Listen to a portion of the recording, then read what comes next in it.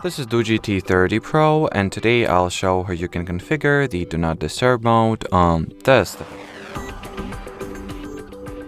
To start, you will need to launch Settings, then find and enter the Sound and Vibration category, and from here open the Do Not Disturb mode page.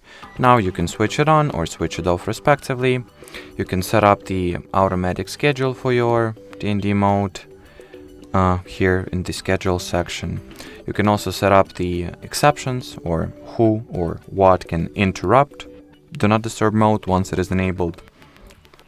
You can also set up the duration for those quick settings to be active, and change the display options for hidden notifications. And well, that will be more or less it. So thanks for watching, thanks for your attention, and bye bye.